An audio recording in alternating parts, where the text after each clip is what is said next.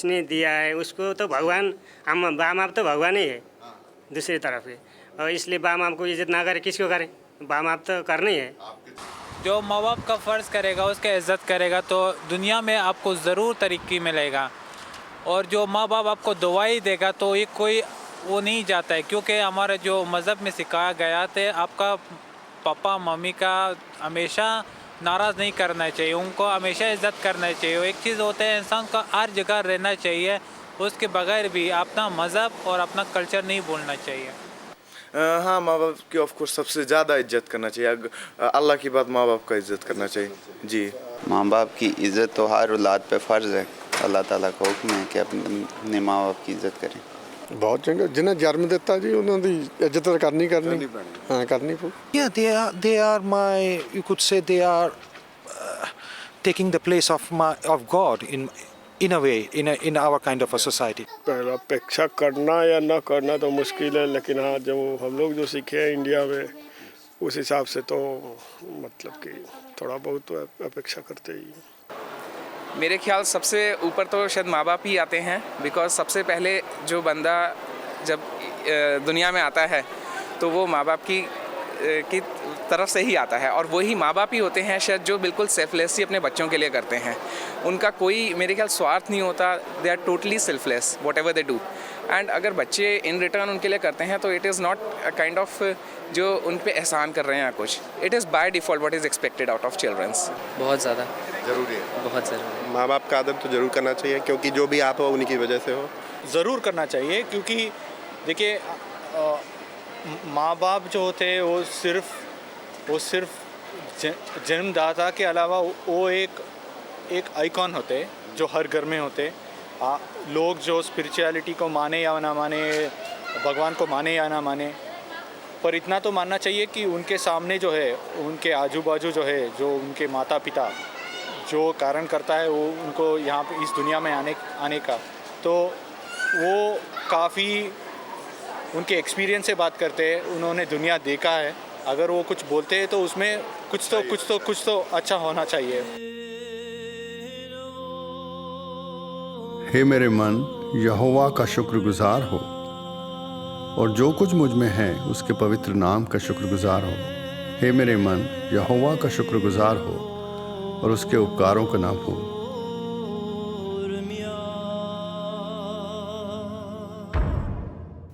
खुशखबरी प्रोग्राम में आप सबका स्वागत है। इन प्रोग्रामों में हम खुदा के 10 हुक्मों के बारे में बता रहे हैं। आज हम खुदा के 5वें हुक्म के बारे में बताएंगे, जो यह कहता है कि हमें अपने माता पिता का आदर करना चाहिए ताकि हमारा खुदा, हमारा परमेश्वर हमें लंबी उम्र दे।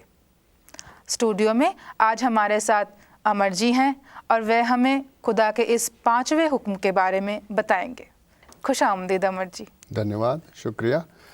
अब तक हम इन प्रोग्रामों में खुदा के 4 नियमों के बारे में जिक्र कर चुके हैं जी। ये जो 4 नियम हैं वो खुदा और बंदे के बीच में हैं, परमेश्वर और व्यक्ति के बीच में हैं जी। अब जो हम बताने जा रहे हैं वो व्यक्ति और व्यक्ति के बीच में है। हमारी ज़िंदगी में सबसे पहली जो अधिकार हमारे ऊपर होता है वो हमारे माँ बाप का होता है जी। क्योंकि उन्होंने हमको जन्म दिया है, हम उनके ऋणी हैं। हमारा उत्तरदायित्व बनता है, हमारी जिम्मेवारी बनती है कि हम उनका आदर करें जी। बिल्कुल। उसके बाद उन्होंने हमारी माँ ने हमको 9 महीने जैसे कहते हैं हमारे मुल्क में पेट में रखा। हमारे बाप ने हमारे लिए इतनी बड़ी नेमत है कि हमारे माँ बाप हैं। बाइबल ये कहती है कि जिस तरह अगर आप माँ बाप की इज़्ज़त नहीं करेंगे तो परमेश्वर की इज़्ज़त कैसे करेंगे। जैसे आप कहते हैं माँ बाप प्रत्यक्ष आपके सामने एक अधिकारी के रूप में हैं। ये कहते हैं कि ज़िंदगी के पहले जो 5 साल होते हैं उसमें बच्चे का जब शरीर बनता है और पूरी जो देखरेख होती है वो माँ बाप के हाथ में ही होती है जी जी। इससे पहले कि अध्यापक या शिक्षक या मास्टर या टीचर आता है उसकी ज़िंदगी में, उसके पहले माँ बाप ही उसे बहुत सी चीज़ें सिखाते हैं। इसलिए बाइबल कहती है कि माँ बाप का आदर करो। दूसरा, ये कहा जाता है कि माँ बाप अपने बच्चे के लिए उसके लिए एक रोल मॉडल हैं। माँ बाप जो बाप है वो बच्चे को हर चीज़ सिखाता है, जैसा बच्चा वही करेगा जो उसके माँ बाप उसे सिखाएंगे। तो ज़िंदगी को लंबी करने के लिए परमेश्वर ने ये हमको आदेश दिए हैं कि आप माँ बाप की इज़्ज़त करो। बहुत सारे लोग हैं, उनकी ज़िंदगी में बहुत से ड्रीम हैं, बहुत से ख्वाब हैं। कोई डॉक्टर बनना चाहता है, कोई इंजीनियर बनना चाहता है, कोई आदमी चाहता है कि मैं बहुत बड़ा फार्म लूँ और उसको चलाऊँ। कोई आदमी बेचारा गांव में रहता है, या वो तो बच्चों को सिर्फ पढ़ा ही सकता है। उसका ड्रीम ये है, उसका जो सपना है कि मेरा बच्चा पढ़ जाए। जी। तो हर हालात में आपको ड्रीम पर पूरे करने के लिए लंबी उम्र चाहिए। जी बिल्कुल। और ये लंबी उम्र आप चाहे जितना बढ़िया खाना खा लें, जितने अच्छे मुल्क में रह लें, जितना मर्जी एक्सरसाइज कर लें, लेकिन परमेश्वर के नियम है। और बाइबल का जो परमेश्वर है वो आशा का परमेश्वर है, वो उम्मीद का परमेश्वर है। अगर आप जो देख रहे हैं इस प्रोग्राम में, अगर आप नाउम्मीद हैं तो बाइबल पढ़ने से आपकी ज़िंदगी में उम्मीद आएगी। और ये तीसरा जो ये बताता है, बाइबल ये कहती है, मैं आपको पढ़ के सुनाता हूँ, तू अपनी माता और अपने पिता का आदर करना, जिससे जो देश तेरा परमेश्वर यहोवा तुझे देता है उसमें तू बहुत दिन तक रहने पाए। इसका बहुत दिन का मतलब ये तो नहीं कि आदमी हमेशा ही ज़िंदा रहेगा। उसकी ज़िंदगी या तो 70 साल, 80, 90, कोई बहुत परमेश्वर का प्यारा होगा तो 100, 120 साल तक भी हो सकती है। लेकिन वो जो भी ज़िंदगी है वो परमेश्वर लंबी देगा। और उस ज़िंदगी एक नेमत है, एक गिफ्ट है, एक तोहफ़ा है, और उसका जो इस्तेमाल हम कर सकते हैं, एक अच्छे कामों में कर सकते हैं। कुछ लोग अपने पोते पोतियां तक भी देखते हैं। तो ये ज़िंदगी एक नेमत है, लेकिन इसको पाने के लिए, उस बरकत को पाने के लिए, उस ज़िंदगी को पाने के लिए हमें परमेश्वर का यह हुक्म मानना पड़ेगा। और ये हुक्म ये है। पर अमर जी, आप जानते हैं कि कई बार जैसे माँ बाप बहुत सख्त होते हैं और हम पर बहुत ज़्यादा पाबंदियाँ लगाते हैं।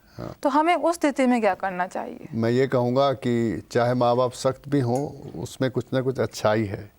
कई बार हम लोग जब मैं भी बच्चा था तो कई बार अपने माँ बाप की मर्ज़ी के ख़िलाफ़ जाता था, लेकिन जब गुज़र गए तो अपनी माँ और अपने बाप की कही हुई वो बातें आज भी याद आती हैं। लेकिन ये बात भी है, हम लोग माँ बाप से भी ये उम्मीद करते हैं कि अपने बच्चों को ज़रूर आप डांटिए, अपने बच्चों को आप ज़रूर ताड़ना दीजिए, लेकिन उनको प्रेम कीजिए। जी बिल्कुल। बाइबल का जो परमेश्वर है वो एक ऐसे बाप की तरह है जो हमको दंड भी देता है। गलत चीज़ करने का दंड इसलिए देता है कि वो चाहता है कि हम सही रास्ते पर चलें। और इसी तरह हमारा जो ज़िंदगी में मुझे आज तक याद है कि जब मैं छोटा था मैंने पतंग के लिए पैसे चुराए थे और मुझे मेरे माँ बाप ने बड़ी तगड़ी सज़ा दी थी, संटियों से भी मारा था। ये 1960 की बात है। और आज तक वो संटी की मार मुझे ये बताती है कि ज़िंदगी में चोरी मत करना। जी बिल्कुल। क्योंकि बाइबल ये कहती है कि मनुष्य परमेश्वर का मजाक नहीं उड़ा सकता। आप जो बीजोगे वो पाओगे। जी। अगर आप चोरी करोगे तो आपकी भी चोरी होगी, आप किसी को मारोगे तो आपको भी कोई मारेगा। इसी तरह अगर आप अपने माँ बाप की आदर करोगे तो आपके जब बच्चे भी बड़े होंगे तो वो आपको आदर मिलेगा। जी सही, बिल्कुल सही फरमा रहे हैं। यीशु मसीह परमेश्वर का पुत्र था। उसको परमेश्वर ने इस जगत में भेजा, वो इकलौता पुत्र था, इस जगत में भेजा कि वो लोगों को बचा सके। जी। उसके लिए परमेश्वर ने एक ऐसा प्रबंध किया था कि उसको बहुत तकलीफ़ की ज़िंदगी बितानी थी और मौत के ऊपर विजय पाने के लिए सूली पर जाना था। और ये परमेश्वर की तरफ से आदेश था। लेकिन तकलीफ़ उठाना, सूली पर जाना बहुत मुश्किल काम है। अगर आप बाइबल में जो 4 अंजील हैं, जो 4 सुसमाचार हैं, पढ़िए नए नियम में, तो गेत्समन नाम के बाग में प्रभु यीशु मसीह जब उनको ये फांसी की सज़ा सुनाने से पहले पुलिस पकड़ने के लिए आ रही थी जी। तो ये कहानी है कि उन्होंने रो रो कर परमेश्वर को प्रार्थना की। और ये कहा, हे मेरे परमेश्वर, अगर हो सके तो ये दर्द का कप मेरे पास से हटा ले, लेकिन मेरी इच्छा नहीं परंतु तेरी इच्छा हो। जी। जो प्रभु यीशु मसीह थे, उसने अपने माँ बाप, अपने बाप की कहना चाहिए, अपने फिदा परमेश्वर बाप की आज्ञा को पूरी तरह से माना। ये जो हम 10 नियम आप बता रहे हैं, आप अपनी सामर्थ्य से कभी भी इसको पूरी नहीं कर पाओगे। इन 10 नियमों को हम पूरी तरह से कभी भी, हम एक चीज़ को करेंगे तो दूसरी में फेल हो जाएंगे, लेकिन परमेश्वर का अनुग्रह जो यीशु मसीह के द्वारा आएगा, हमको सामर्थ्य देगा कि हम उसके नियमों और कानूनों और आज्ञाओं को मान सकें। प्रभु यीशु मसीह ही दुनिया में एक ऐसा व्यक्ति था जिसने इन 10 कानूनों को माना और पूर्ण रीति से हमारे लिए उद्धार का रास्ता खोला। जी बिल्कुल। प्रभु यीशु मसीह में विश्वास करने से आप बच जाएंगे, आपके घर में बीमारी भी चंगी हो जाएगी, दुख तकलीफ भी चंगी हो जाएगी, और आपको मोक्ष का संदेश बाइबल लेकर पढ़ना चाहिए। जी। बाइबल हर दुनिया के हर बाशिंदे के लिए परमेश्वर का संदेश है। बाइबल का परमेश्वर दुनिया में कोई भी नया धर्म स्थापित नहीं करने आया, वो मनुष्य को बचाने आया है। वो आपको नया जीवन देने आया है, आपके ज़िंदगी में खुशहाली, आनंद, सुकून, शांति, आपको गरीबी, बीमारी से बचाने आया है। जी। बाइबल का परमेश्वर अपने पुत्र को लोगों को मारने के लिए नहीं भेजा, और बाइबल एक ऐसी किताब है जिसमें प्रभु यीशु मसीह ने क्षमा का संदेश प्राप्त किया, मारने का नहीं, नुकसान पहुंचाने का नहीं, दूसरे की ज़िंदगी लेने का नहीं, बल्कि देने का। परमेश्वर का पुत्र अपने आप को देने आया है, लेने नहीं आया। जी। परमेश्वर के को प्रसन्न करने के लिए हमें कोई दान दक्षिणा की ज़रूरत नहीं। परमेश्वर को पसंद करने के लिए सिर्फ हमें उसके पुत्र पर विश्वास करना है। बाकी सब प्रबंध उन्होंने खुद किया है। उन्होंने अपना जीवन हमारे को बचाने के लिए दिया, मेरे को बचाने के लिए, आपको और जो दर्शक गण देख रहे हैं उनको बचाने के लिए दिया है। परमेश्वर यीशु मसीह आपके घर में आकर निवास करेगा अगर आप उसके साथ व्यक्तिगत संबंध बनाएंगे।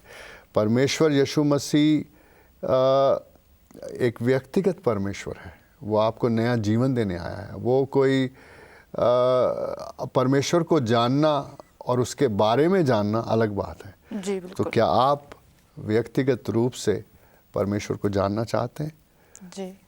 अगर आप जानना चाहते हैं, अगर आप अपने माँ बाप की इज़्ज़त नहीं करते, उनका सम्मान नहीं करते, तो सबसे पहले उनके नियमों का पालन कीजिए। अगर आपके बीच में, माँ बाप के और आपके बीच में कोई कड़वाहट है, आपने उनके खिलाफ विद्रोह किया है, तो अपने माँ बाप को चिट्ठी लिखिए, उनसे मिलिए या उनको टेलीफोन कीजिए, उनसे कहिए प्रभु ये मुझे क्षमा कर दीजिए। और कोई भी संतान अपने माँ बाप से झगड़ा करके या उनकी बातों को ना मान के कभी खुश नहीं रहता। खुश नहीं रह सकती, ये तो बात आप ठीक कह रही हैं। परमेश्वर के नियम इस तरह से बनाए गए हैं कि हम सुखी संपन्न रहें। जी। परमेश्वर की जो नॉलेज है, जो उसका ज्ञान है, जो उसकी अनलिमिटेड है, वो मनुष्य के समझ से सर्वोपरि है, हम नहीं जानते।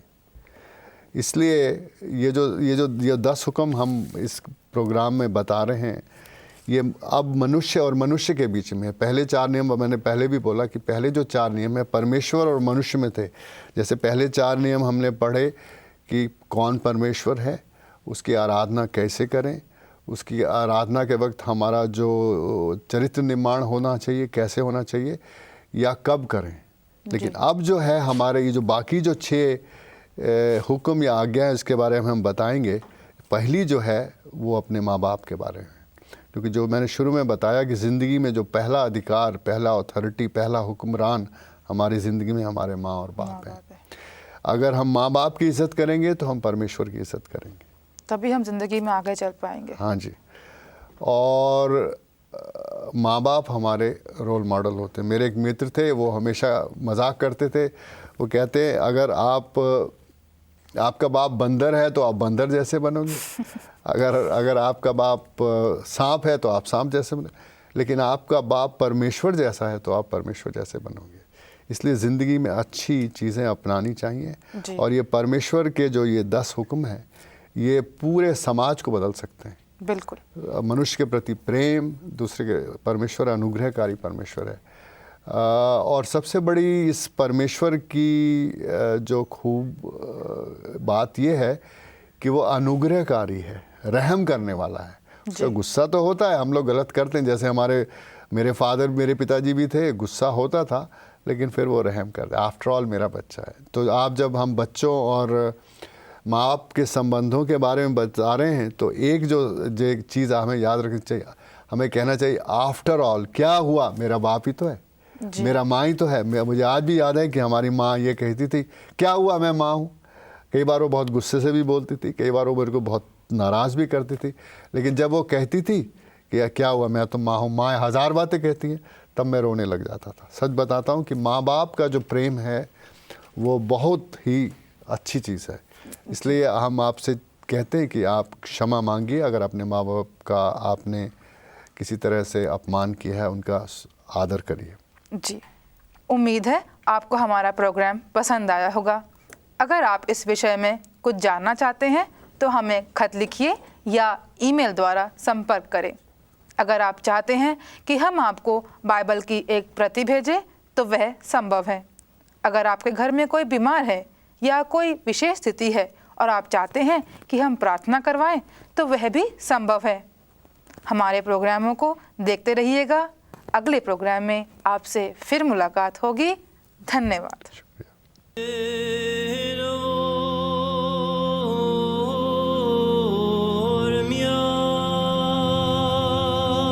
खुदा का डर मानो और उसके हुक्मों को ना भूलो, वह एक दिन हर बात को परखेगा।